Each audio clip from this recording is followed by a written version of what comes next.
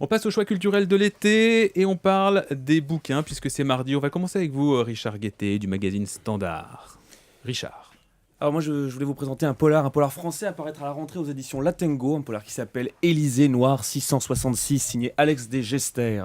Alors c'est l'histoire d'une jeune journaliste, Mona Cabriole, qui n'a pas dormi depuis 2 jours parce que son mec vient de la larguer. C'est aussi l'histoire d'un tueur assassinant des clochards tout autour de l'Élysée et qui signe ses crimes du nom des présidents de la 5e République. Il signe Valéry G, Jacques C, Nicolas S.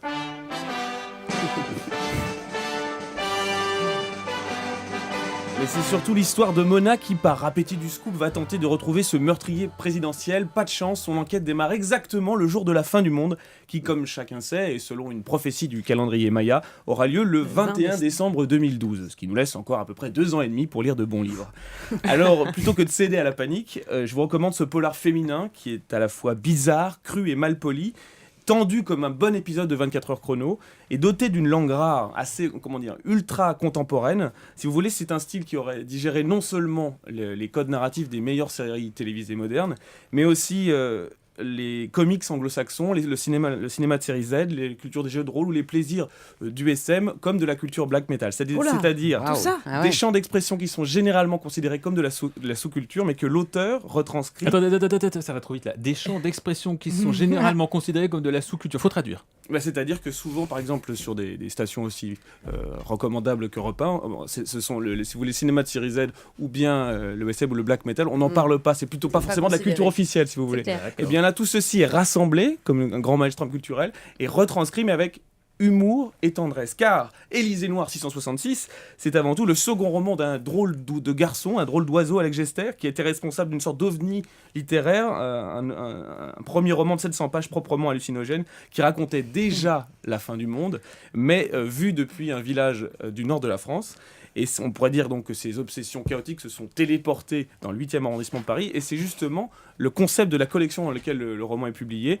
À chaque fois, une même héroïne, mais pour 20 enquêtes dans 20 arrondissements, ce qui donne 20 romans. Et aux auteurs, on leur demande à chaque fois d'imaginer ce qui devrait être la bande-son du récit, allant du rock à la techno.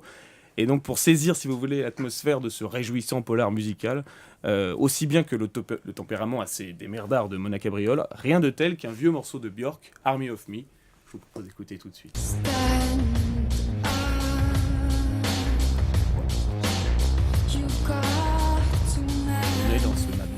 Mais ça ferait un bon film, ça, non ? Ça ferait un excellent film. La fin du monde, moi j'y crois, mais alors les histoires de clochards autour de l'Élysée, oui, déjà. Vraiment. C'est un peu strange, déjà. comme histoire, Un fantasme, vous pensez ? Non, c'est un peu bizarre, mais bon, si vous aimez, pourquoi pas. Hein. Donc ça s'appelle Élysée Noir 666. Il est emballé, Émeric. Non, je suis pas méga. Vous êtes convaincu ? Écoutez, moi, les clochards, c'est vrai que dans le 8e, je doute un peu. Quoi. Bon, Il y en a peu, et c'est pour ça qu'en fait, s'il n'y en a pas, c'est parce qu'ils sont tués par le... Ah, mais voilà, bien sûr. L'explication est assez simple. Laurent Sayache. Alors moi, je vais vous parler des femmes d'action au cinéma. C'est un bouquin qui a été écrit par Raphaël Moine et qui retrace un peu l'historique, le pourquoi du comment des femmes d'action au cinéma. Alors déjà, les femmes d'action au cinéma, ce sont des femmes qui en ont. Quoi non ? Des muscles. Ah bah oui, tiens, tout de suite, vous avez l'esprit mal tourné. Qu'est-ce qu'une femme d'action ? Une femme d'action est une femme qui conduit des bolides, qui manie le sabre ou l'arme à feu, qui pratique les arts martiaux, se bat avec ses poings, traque les monstres ou les psychopathes, poursuit ses ennemis, etc. etc. Alors, je vous passe l'historique des femmes d'action, on va aller très vite. Dans les années 50-60, c'est surtout dans les westerns, et dans les années 60-70, ça commence dans les séries télé qui ont été précurseurs, avec notamment... Il était une fois 3 filles superbes qui avaient décidé de s'engager dans la police. Marie 2 Pervenche. à Los Angeles. Tu sauras. Drôle de dame a été justement la première série télé à mettre en image, en lumière, des femmes d'action, justement comme on n'avait pas l'habitude de les voir. Voilà. Après, il y a eu formidable super série. bien. Après, il y a eu toujours à la télévision une certaine Emma Peel. Mais Emma Peel, alors là, je me permets de contester votre classement historique. Ouais. N'est pas la première. Ouais. Ah, j'ai pas dit la première, j'ai dit ensuite dans la lignée. Dans la lignée des drôles de dames, et ensuite on a eu Emma Peel. Non, Chapeau Melon, c'était avant. C'était avant. Avant les drôles de dames. 65-67, mon ami. Chapeau Melon. Oui. Les drôles de dames, c'est les années 70. Bah, oui, ça va, à quelques années près, on va pas chipoter. Chipotons. Bon, alors dites-moi parce qui qu'au niveau incarnait des Emma coupes de Peel. cheveux, c'est très Ah oui, important. c'est pas pareil. Qui incarnait Emma Peel dans la série ? Il y en a eu Diana plein. Rigg. Diana Rigg. Bravo. Qui a sorti C'est Non. moi. Bravo. Alors, moderne, indépendante, avez le sexy, bon sportive, intelligente, brune, en fait, en gros, la femme parfaite, on est bien d'accord. Au cinéma, il faudra attendre les années 70, notamment avec Hong Kong qui a donné la première impulsion, et Hollywood dans tout ça, me direz-vous. Ça a commencé en 79 avec ce cri-là. C'est une femme qui est dans un scaphandre, qui tourne la tête et qui va voir un monstre. Alien 79, Sigourney Weaver, qui a été donc la première au cinéma à incarner une femme d'action. Elle a d'ailleurs reproché au réalisateur de l'avoir tellement fait se muscler qu'elle s'est surnommée elle-même une Rambolina, qui était une sorte de déclinaison de Rambo au cinéma qui à l'époque cartonne évidemment. Mais dans Ensuite, le premier, elle n'était pas encore très musclée. ah bah dites donc, je vous en prie. Vous arrêtez de la très contredire. Avec la, tout le temps. avec mais la c'est- scène ça en suffit petite maintenant. culotte à la fin, vous vous souvenez on discute, quoi, je veux dire. Alors ensuite 84, Sarah Connor dans Terminator, et enfin les années 90 avec l'essor de la femme d'action au cinéma, et arrive à ce moment-là le paradoxe de la femme d'action. Vous me direz, oui, la femme d'action au cinéma, c'est la libération de la femme, c'est l'égal de l'homme puisqu'elle peut prendre des rôles comme ça de personnages musclés. Oui mes amis, mais c'est aussi Le la maillon faible. manipulation, c'est la déclinaison de la femme objet, c'est le réceptacle des fantasmes, la projection des désirs masculins. Et tout ça est expliqué dans ce livre.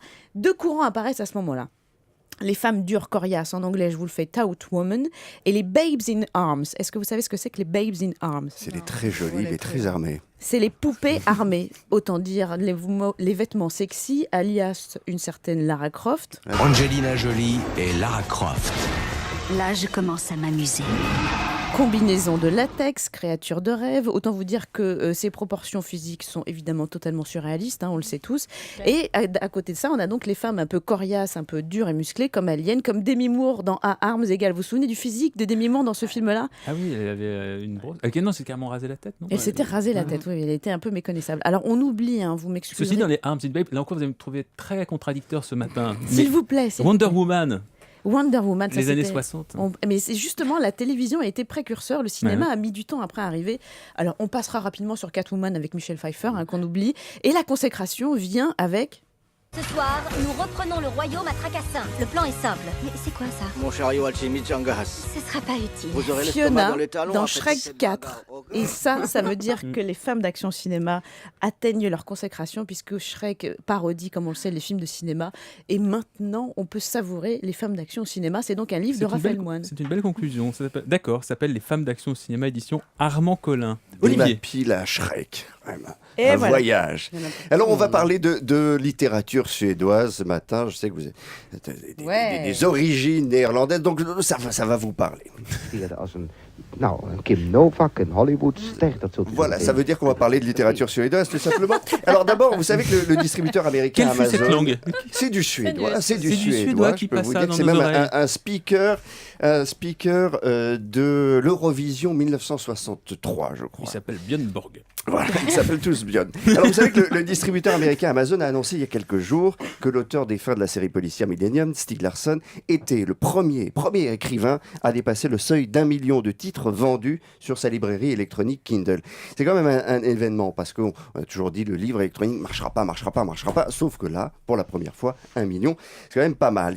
Je rappelle que ça permet de télécharger des livres sur un support électronique, un iPad, un écran, peu importe. Alors, c'est intéressant d'abord parce que Amazon ne communique jamais sur ses chiffres de vente, et c'est remarquable aussi parce que c'est surtout aux États-Unis que ça s'est vendu, et qu'un auteur traduit se vende aux États-Unis. Ça, c'est quand même incroyable. Et puis, pour rappel, Millennium, dont les 3 tomes se sont vendus à plus de 10 millions d'exemplaires, a été traduit dans une trentaine de langues et continue d'être adapté au cinéma. Et vous savez, on a annoncé cette semaine que c'est Daniel Craig qui fait James Bond, qui sera dans l'adaptation américaine. Alors, en France, il y en a eu 1,5 million d'exemplaires vendus. Ça veut dire qu'un livre, que ce soit un best-seller, il peut se vendre partout, dans toutes les formes, et on a envie de le lire. Voilà.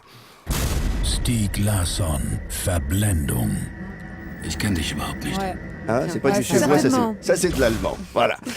Pour vous dire que les éditions arlésiennes Actes Sud distribuent Millennium, c'est une rente formidable, ça va les faire vivre au moins sur 3 générations. Du coup, ils continuent d'éditer des polars suédois, pas folle la guêpe puisque le succès appelle le succès, et avec le même emballage, le même packaging, noir, liseré rouge, dessin toujours un peu bizarre, eh bien, vous avez un nouvel auteur sur lequel Actes Sud s'appuie, c'est Camilla Lackberg. Alors, je ne sais pas si vous avez entendu parler de cet auteur, de cette autrice suédoise.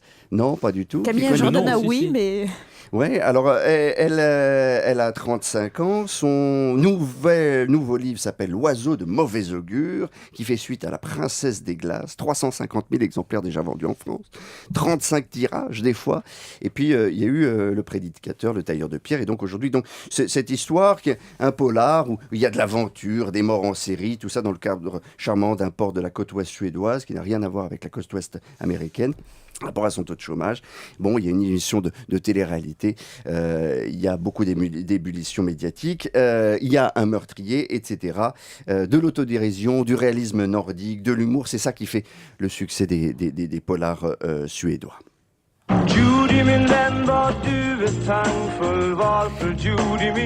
Voilà, et on finit Très toujours beau, en ça. chanson. C'est magnifique, c'est bien fini en chanson. Donc ça, c'est une chanson suédoise. Absolument. J'avais Ça, reconnu. c'est ça l'Eurovision 1960 de Tommy Korberg. C'est vrai. C'est pas celle qu'on a retenue, je sais pas pourquoi.